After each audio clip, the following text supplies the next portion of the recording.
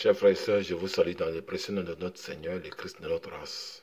Une fois de plus encore, c'est votre serviteur, Enoch. Dans le ministère pour lequel il a été appelé, afin de pouvoir nous édifier et de pouvoir marcher sur le chemin que nous devons emprunter pour la gloire du Très-Haut, le Dieu de nos ancêtres, soit glorifié en toutes choses, dans tout ce que nous entreprenons, dans tout ce que nous allons entreprendre, dans notre vie de tous les jours et dans notre vie quotidienne. Que la grâce et la paix soient sur vous. En ce temps-ci, je vous dis, Anouni, Ausio, Anoula, Anusu, Mbote, Ojaraman, et j'en passe dans notre langue bantou et kamita, dans la langue des Noirs, le peuple à qui une grâce exceptionnelle a été accordée. C'est à vous, c'est pour vous que je me tiens ici, à cette heure-ci, de pouvoir parler avec vous et vous réveiller la conscience. Encore une fois de plus, je vais confier ce moment au Créateur, le Dieu de nos ancêtres, afin que son nom seul soit glorifié, que moi je sois effacé, car je ne suis qu'un instrument qu'il veut utiliser pour pouvoir se glorifier, afin de pouvoir réveiller son peuple qui est anesthésié spirituellement, de pouvoir revenir à la vie, de pouvoir revenir ossements déchissés, qui reviennent, qui recouvrent la chair et les nerfs, et qui reprend vie, et qui va marcher à nouveau sur cette terre des hommes dont nous en avons hérité cette terre. Nos descendants hériteront cette terre, et ceux dont les descendants hériteront le ciel iront au ciel, mais nous, nous en avons hérité la terre, car la terre est pour les justes. Gloire et honneur soient rendus à Admanga, le Padji, à Nyate, à Nyamie, à Lago, à Tatanzambe. Que la paix et la grâce du Tout-Puissant soit sur tous ceux donc qui vont écouter cette parole, afin de pouvoir la comprendre, et que l'esprit de vérité, l'esprit d'amour vrai, c'est donc qui consiste à pouvoir rétablir toute la vérité dans toutes ses dimensions réelles, pour que le peuple puisse se retrouver, se récolter avec le divin. Non pas celle donc qui est là pour distraire, qui va distraire le peuple encore et continuer à perpétuer cette hérésie donc qui consiste à dire, la Bible dit, le Coran dit. Non. Car l'heure vient, il est déjà venu où les vrais adorateurs adoreront le Père en esprit et en vérité. Nous sommes au temps de la vérité et nous sommes au temps de l'esprit. Ceux qui liront, ceux qui écouteront mon message et qui n'ont pas l'esprit d'humilité et de sagesse et d'amour vrai qui vient du Très-Haut au travers du peuple noir, comprendront jamais mon message. Le message qui m'a été donc confié afin de pouvoir le véhiculer pour son peuple. Ce peuple qui serait racheté à un grand prix que personne ne peut arrêter. C'est de ça qu'il s'agit, chers frères et sœurs. Encore une fois de plus, je viens pour crier. Car c'est mon travail de pouvoir crier. J'écris à plein gosier, afin que quiconque attend puisse se préparer à ces jours qui arrivent. Chers frères et sœurs, j'avais déjà fait une vidéo où je parlais de cet imposteur de Paul. Oui, il y avait un frère qui m'avait amené un message qui me disait, il me demandait si j'avais toutes mes facultés, est-ce que j'étais en bonne santé? Et je lui ai seulement répondu, oui, j'étais en bonne santé. Et vous alors? Il me dit, oui, lui aussi, il est en bonne santé. Et on a commencé à discuter. Alors, il ne peut pas comprendre ce qui vient du Très-Haut. Comment est-ce que je peux traiter cet apôtre, soi-disant le grand apôtre qui a été inspiré, qui a été servi sur le chemin de Damas, et donc qui a été propulsé à écrire des livres et des livres. Il est celui donc qui n'a pas suivi le Christ, mais il est celui donc qui a écrit plusieurs livres, des épîtres, dans ce que vous appelez la Bible, que tous ceux donc qui ont suivi le Christ eux-mêmes. Et d'abord, en passant par là, juste pour vous dire que tous ceux donc qui ont suivi Christ n'ont pas écrit des livres, mais c'est les gens qui ont écrit les livres avec l'interprétation de soi-disant Pierre a dit, de soi-disant Jean a dit. Ce sont les interprétations. Les Marcs n'ont pas suivi de Christ, mais les Marcs ont écrit. Et tout ça, ce sont les Occidentaux, dans un but bien précis de pouvoir nous aboutir. Chers frères et sœurs, une fois de plus encore, je vous rappelle que ce que vous appelez la Bible, ce que vous appelez le Coran, ce que vous appelez la Torah, est notre histoire, mais qui a été réécrit. Il faut que vous compreniez ça. Je ne vais pas me lasser de pouvoir vous le répéter. Qui a été réécrit par notre ennemi dans un but bien précis. De pouvoir nous aliéner et de pouvoir nous abrutir, afin de pouvoir nous tenir à l'aise comme ils nous tiennent aujourd'hui, afin que nous ne pouvons rien faire sans passer par eux. Voici le but dans lequel Voici le but auquel ces écritures ont été écrites, ont été réécrites. Mais les écritures de nos ancêtres, qui est la loi, les lois qui ont été écrites pour nous donner, enfin, de génération en génération, que nous obéissons à ces lois pour pouvoir demeurer dans ces pavilles. Nous sommes sortis de ce contexte, nous sommes hors la loi. Et aujourd'hui, nous obéissons un comportement, une attitude, une vie qui n'est pas le nôtre. Mais nous vivons au travers de ce que nous lisons dans la Bible. Cette vie des pervers, cette vie des menteurs, cette vie des cupides et cette vie des gens qui ne connaissent pas qui ils sont et qui sont en perte d'identité réelle. Oui, le peuple noir est en déficit identitaire parce que notre identité a été troquée, changée, usurpée. Il est temps que nous revenions à notre identité afin de pouvoir savoir quel est le véritable Dieu dont nous avons adoré. C'est de ça que nous parlons. Nous toujours, quand est-ce que nous nous tenons devant vous, ce n'est pas un réel plaisir de pouvoir nous tenir devant vous, de pouvoir vous raconter tout et n'importe quoi. Mais c'est parce que une mission nous a été confiée, à chacun de nous doit accomplir la mission qui lui a été confiée ici-bas sur cette terre. Quand nous ne sommes pas venus ici-bas pour manger, boire, chercher femmes et danser, ce n'est pas le but pour lequel que Tata Zambé, Admanga, Nyatse nous est créé. Le but, c'est de pouvoir nous épanouir et de pouvoir le représenter le véritable Dieu, le véritable talent sur cette terre, afin de pouvoir nous épanouir et montrer à l'humanité qu'il y a un créateur véritable qui vit au milieu de son peuple. Mais son peuple, aujourd'hui, est abouti, son peuple est aliéné, son peuple ne sait plus qui il est. Ce soir, une fois de plus encore, je vais venir encore pour vous montrer et que ce que vous appelez la Bible, ce que vous appelez le Coran, ce que vous appelez la Torah, a été écrit, a été réécrit dans le but de valider tout ce qui est code noir, tout ce qui est esclavage, toutes les lois qui ont été créées dans le but de pouvoir nous maintenir encore dans l'esclavage à perpétuité. La raison pour laquelle vous convenez avec moi qu'ici en Europe, le peuple noir, c'est pas un peuple barbare, ni un peuple qui fout la merde partout. Mais au contraire, c'est un peuple qui bosse, un peuple qui travaille, un peuple travailleur. Mais nous ne sommes pas respectés. Mais ceux qui foutent le bordel, vous les connaissez. C'est pas moi qui vais vous le dire. On les respecte que nous. Pourquoi? Parce que eux, ils se comportent de la même façon que ceux-là qui se foutent de nous se comportent. Nous qui avons l'attitude modeste, nous qui avons l'attitude des hommes qui sont attentifs et qui écoutent, nous sommes foulés aux pieds. Partout nous irons. Partout nous allons aller. Pourquoi? Parce que nous sommes le peuple du Très-Haut. Et le monde ne peut pas concevoir ce qui vient du Très-Haut. Raison pour laquelle nous sommes rejetés. Dans tout, nous sommes rejetés. Pourquoi? À cause de mon nom. Tu seras rejeté à cause de mon nom. Oui, nous portons le nom du Très-Haut. Nous avons le nom du Très-Haut qui est sur notre vie, qui est sur notre identité. Même quand nous ne le savons pas, notre peau démontre la divinité du Créateur. Parce qu'il nous a créés à son image et à sa ressemblance. Et quand on nous voit, ils savent que nous sommes la ressemblance parfaite, la ressemblance divine et la ressemblance charnelle et la ressemblance physique de ce que vous pouvez appeler Dieu. Oh, nous l'appelons Admanga, nous l'appelons Tata Zambé, nous l'appelons Nyatse, nous l'appelons Lago, nous l'appelons Nyamien. C'est de ça. C'est son nom, le nom qui vibre, le nom qui contient de l'énergie, mais non pas Dieu. Dieu veut dire être suprême. Oh, les Grecs ont divinisé les gens, ils ont rendu les gens suprêmes. Oh, ça n'a pas de sens. Nous disons manga, mais nous parlons ce langage de notre ennemi, afin que vous compreniez, parce que des millions et des milliards de Noirs comprennent que le français est la langue qui nous a été, le français et l'anglais qui nous a été soumis. Donc nous parlons la langue de nos maîtres.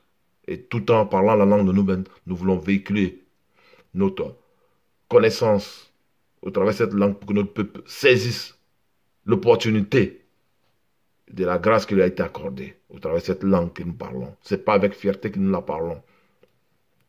Donc ceux qui sont là, qui sont des académiciens pour chercher les fautes d'orthographe, prenez vos cahiers et commencez à cocher les fautes d'orthographe parce que je vais en faire beaucoup, mais je m'en fous.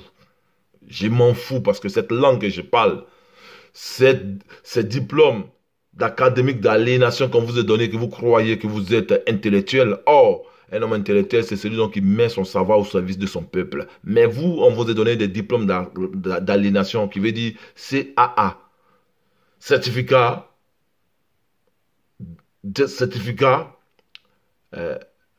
d'aliénation, certificat d'aliénation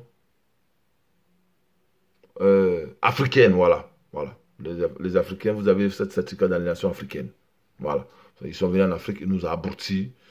La définition du mot, je ne l'ai pas encore bien trouvée. Je vais la trouver. Nous avons juste les certificats d'aliénation. Et nous autres proclamons, j'ai le doctorat, j'ai ceci. Ceci ne va pas apporter le peuple à l'éclaircissement du peuple. Ceci ne va pas éclairer le peuple, ceci ne va pas rassembler le peuple. Nous disons ce que nous savons et nous rendons témoignage de ce que nous avons vu. C'est de ça que nous parlons. Chers frères et sœurs, c'est encore votre frère, votre serviteur Enoch. Et ce soir, nous allons parler. Nous allons parler d'un homme. Un homme encore qui se fait comprendre. Et c'est cet homme qui a une haine, mais une haine atroce au travers des femmes. Donc, je peux surnommer votre apôtre Paul. Cet apôtre qui a aussi enfanté un fils qui s'appelle Timothée. Donc, qui lui a transmis ce venin de haine contre les femmes. Or, ce que vous devez savoir, il est écrit dans les Écritures de nos ancêtres, de cette vérité, donc le monde même peut vérifier. Parce que nous disons les choses que nous pouvons vérifier. Mais les choses que nous ne pouvons pas vérifier, ce sont ces choses que nous voulons retirer de ce que vous appelez la Bible, afin que le peuple puisse être éclairé. Il est écrit dans les Écritures de nos ancêtres. Celui qui trouve une femme a trouvé le bonheur. Donc une question se pose, le bonheur se trouve où? Dans les voitures, dans les maisons, dans les comptes bancaires? Or, à ce que je sache si la réponse elle est bonne, le bonheur se trouve dans la femme. Donc, si nous privons la femme, qui est le bonheur, de pouvoir s'exprimer dans une assemblée, ou afin de pouvoir procurer le bonheur, nous retenons le bonheur et nous sommes privés de bonheur. Et je vais vous dire ce soir que l'apôtre Paul et son fils Timothée nous ont prouvé, nous le peuple noir, parce que l'apôtre Paul n'a jamais été noir. Ce soir, vous convenez avec moi-même, le nom déjà démontre son identité réelle.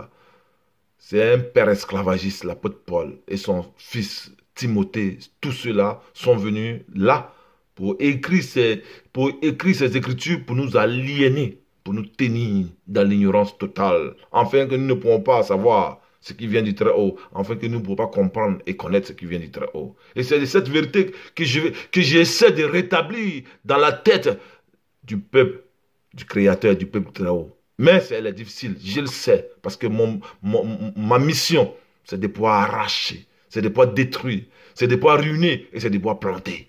Oui, quand ils étaient venus chez nous à Katiopa, ils ont arraché, ils ont détruit, ils ont ruiné notre connaissance d'abord. Ils nous stigmatisaient que c'était la sorcellerie. Ils nous stigmatisaient dans tout ce que nos parents faisaient. Aujourd'hui, quand nos ancêtres posent des actes, quand nos parents posent des actes, on dit c'est la sorcellerie. On a un nom à pouvoir donner.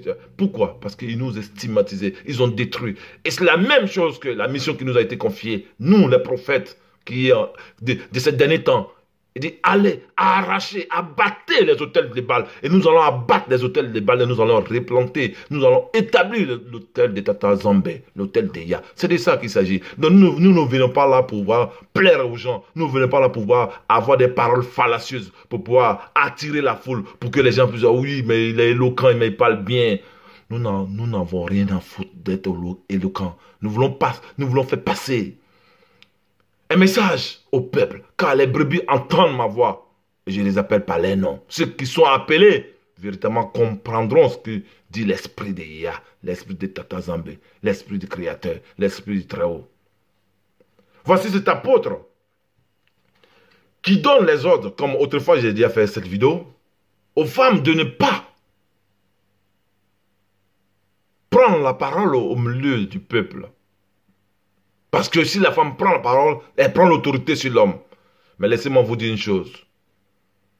La femme exerce le pouvoir et l'homme exerce l'autorité. Et au jour d'aujourd'hui, l'homme blanc, les apôtres, ces fausses doctrines dont vous appelez la Bible, ont arraché le pouvoir à la femme.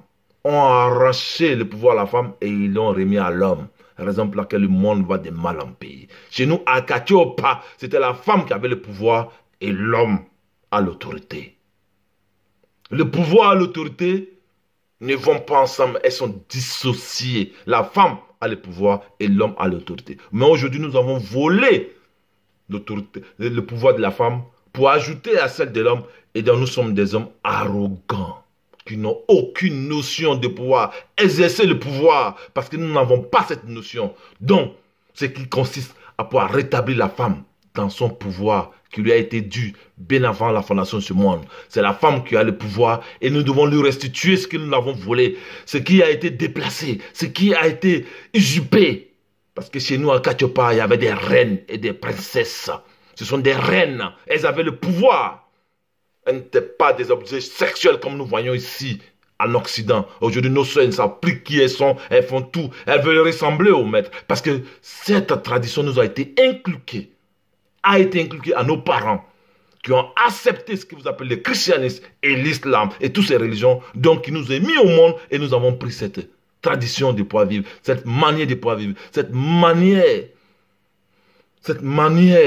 j'ai pas les mots à pouvoir le qualifier, cette manière ignoble.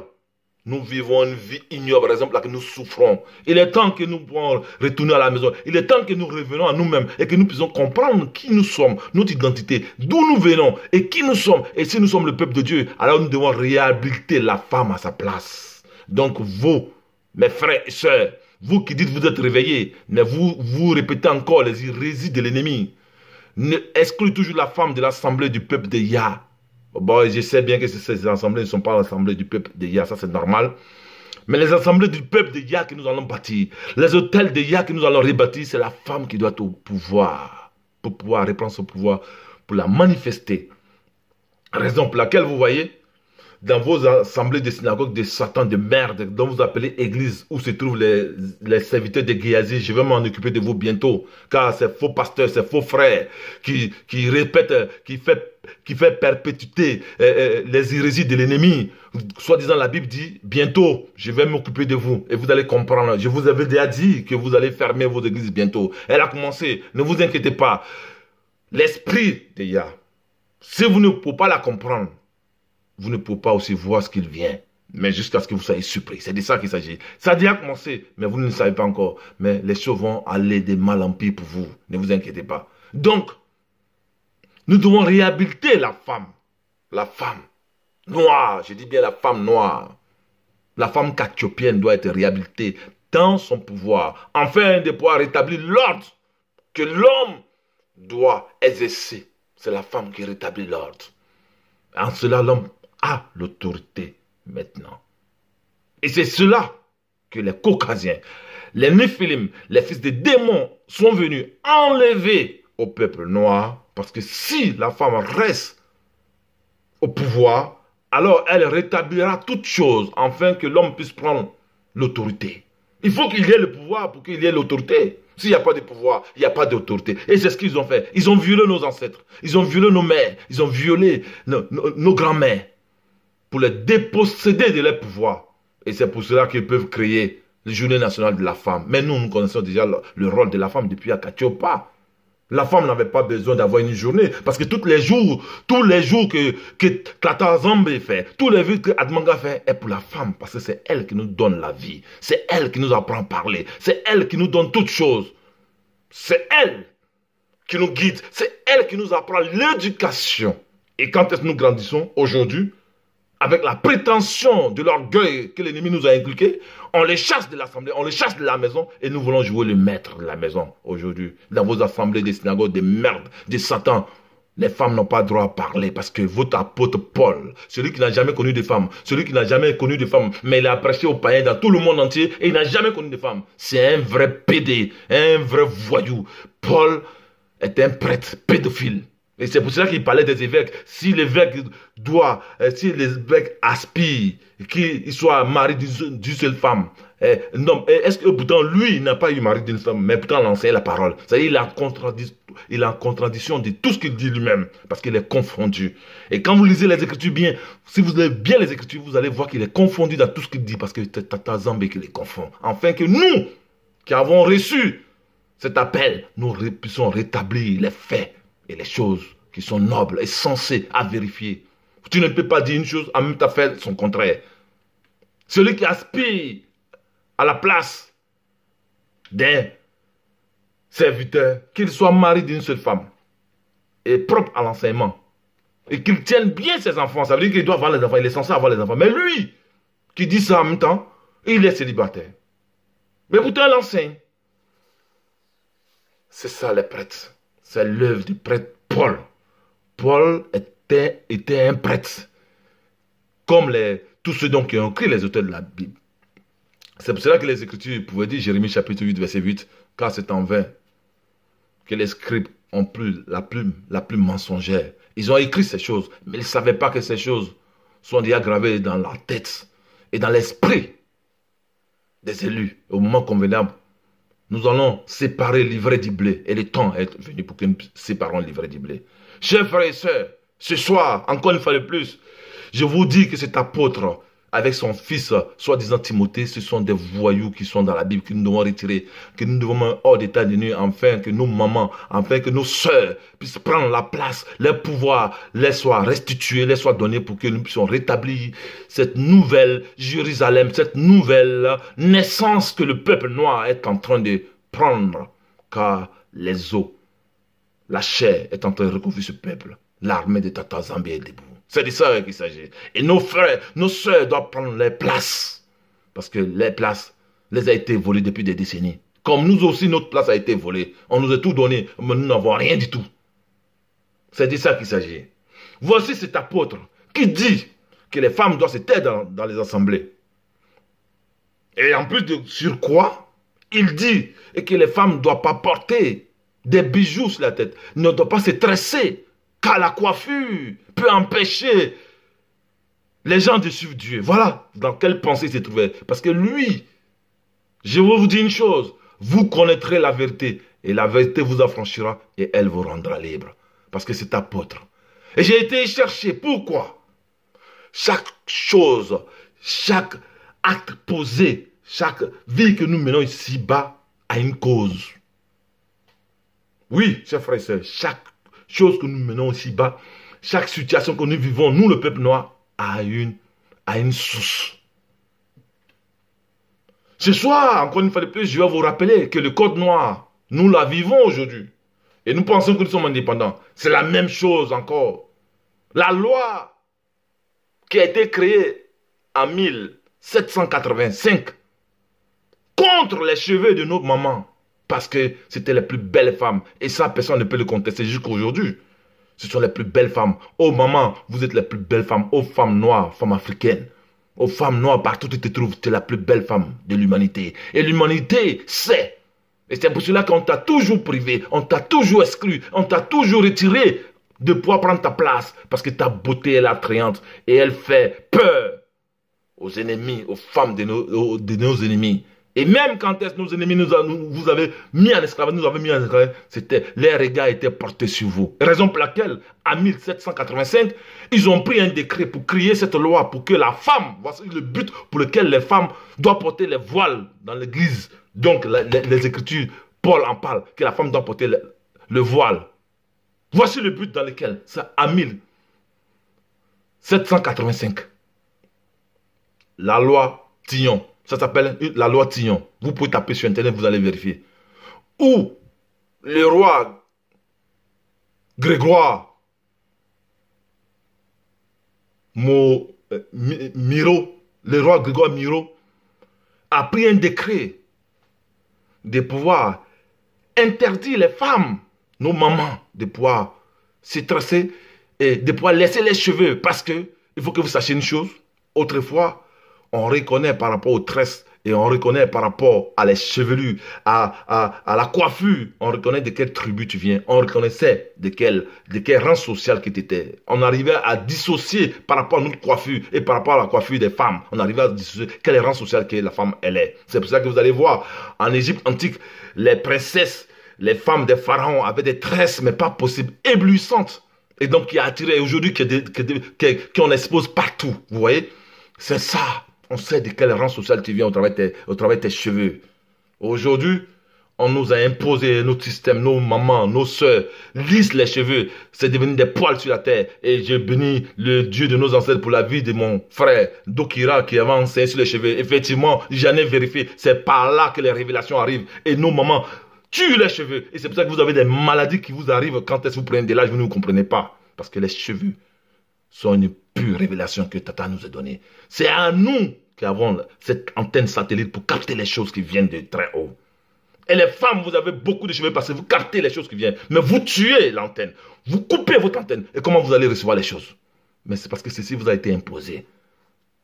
Et cette loi faisait acte en disant que toutes les femmes noires ne doivent pas porter, ne doivent pas se tracer et ne doivent pas non plus se tracer et se présenter dans les lieux publics. Mais qu'elles se voilent sur la voie publique, qu'elle se voile, qu'elle porte les voiles.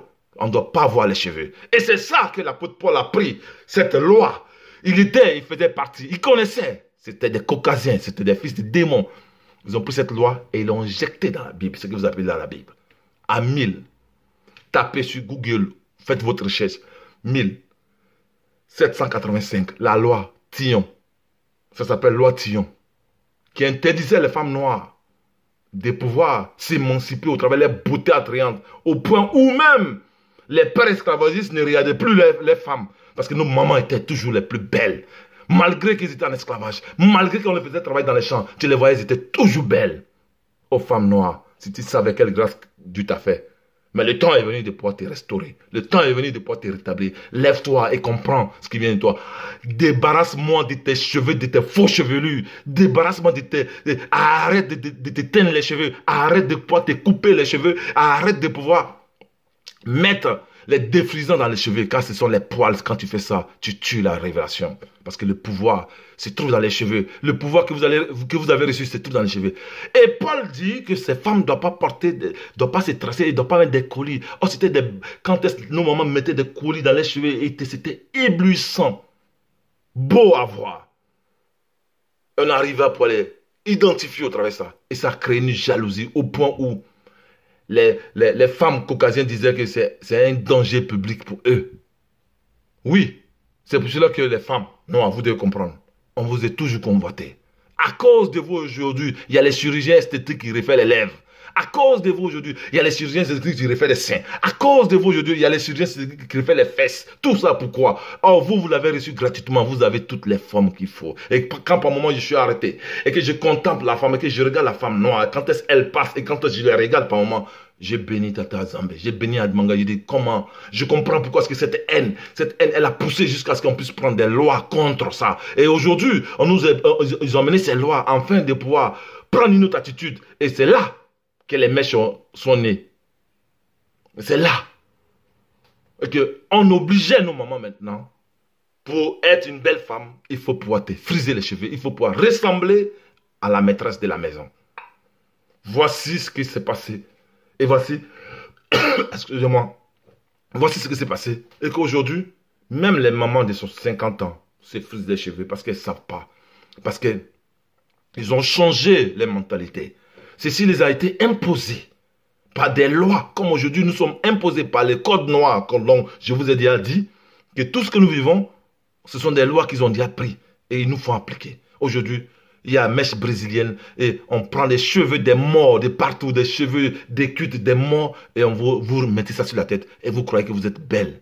Votre beauté n'est pas dans ces objets-là. Votre beauté n'est pas dans ces caoutchoucs. Votre beauté elle est naturelle. Et revenez à la nature et vous allez comprendre ce qui vient du très haut. C'est de ça que ce soir je voulais vous parler. Et l'apôtre Paul qui nous est privé du bonheur et moi, par la grâce du Tout-Puissant, par la grâce du Dieu de nos ancêtres, je viens là pour vous rétablir dans votre fait, car le pouvoir est à vous. Prenez votre pouvoir avec signe d'humilité et de grâce et de bonté, et pour que vous puissiez les exercer votre pouvoir, afin que nous, au travers de vous, nous ayons l'autorité. Parce que quand il y a le pouvoir, c'est là qu'on voit l'autorité. Donc voilà comment est-ce que ces pères esclavagistes ont créé ces lois, la loi Tillon de 1785, qui interdisait les femmes de pouvoir se coiffer. Et une femme qui doit sortir dans un lieu public doit se voiler. Voici là où le voile est né. Et c'est ça. Et qui a été transféré dans ce que vous appelez Bible. Et qu'on dit une femme qui doit prier doit se voiler. Sinon Dieu ne va pas entendre sa prière. Et aujourd'hui, au jour d'aujourd'hui, ça fait des polémiques.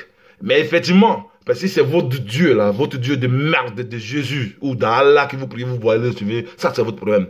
Mais les tatas des tatas, les zambés des zambés, les nyamiens des nyamiens, les lagos des lagos, l'admanga d'admanga, si c'est lui qui vous revenez à lui, que vous vous repentez de toute votre religion, que vous détruisez les hôtels de bas dans votre cœur, que vous revenez à lui, vous n'avez pas besoin de voiler votre cheveux. Vous n'avez pas besoin de vous voiler. Vous avez seulement besoin de laisser votre cheveu naturel, car déjà les cheveux sont les voiles. Même l'apôtre Paul, il reconnaît que vos cheveux sont les voiles, mais en même temps qu'il reconnaît que vos cheveux sont les voiles, il vous dit de porter encore les voiles. Parce que la loi Tillon a dit en 1785 de pouvoir se voiler, parce que votre beauté dérangeait le peuple caucasien, le peuple qui n'ont pas tout ce que vous avez, parce que vous avez une beauté attrayante, une beauté dont on ne peut qualifier. Jusqu'à aujourd'hui, cette jalousie règne toujours au milieu de vous. Vous ne savez pas, même quand est-ce que vous passez. Ces femmes-là, quand elles vous regardent, elles vous haïssent quand vous partez accoucher dans elles. Elles vous haïssent, mais elles ne peuvent pas. Elles sont obligées de vivre avec vous et avec nous. C'est pour cela que ce soir, je viens pour te rétablir, reprendre le pouvoir. Paul, l'apôtre Paul doit sortir de ta vie, car c'est un imposteur, c'est un voyou. Celui-là est un père esclavagiste. Les écritures dont vous appelez la Bible a été réécrite dans les buts de pouvoir nous maintenir et nous clouer à cela pour que nous dépendons de cela, pour que nous soyons toujours des esclaves modernes, tout en croyant que nous sommes réveillés, mais nous répétons toujours ce que l'ennemi a dit. Nous devons analyser toutes choses et vérifier et mettre hors d'état de nuire tous ceux donc qui vont nuire à notre peuple, tous ceux donc qui vont à la compte de notre peuple et qui sont à la compte de nos traditions et de nos cultures. Que la paix et la grâce du Tout-Puissant, le Dieu de nos ancêtres, soient sur vous. Chers frères et sœurs, c'est encore une fois de plus votre serviteur Enoch. Oui, ça fait longtemps que vous ne m'avez pas vu, mais là, je reviens et je pense que nous allons parler. Et je pense que nous allons aller en profondeur, de pas comprendre les choses qui viennent très haut. Que la paix soit sur vous. Je vous reviens bientôt. Merci.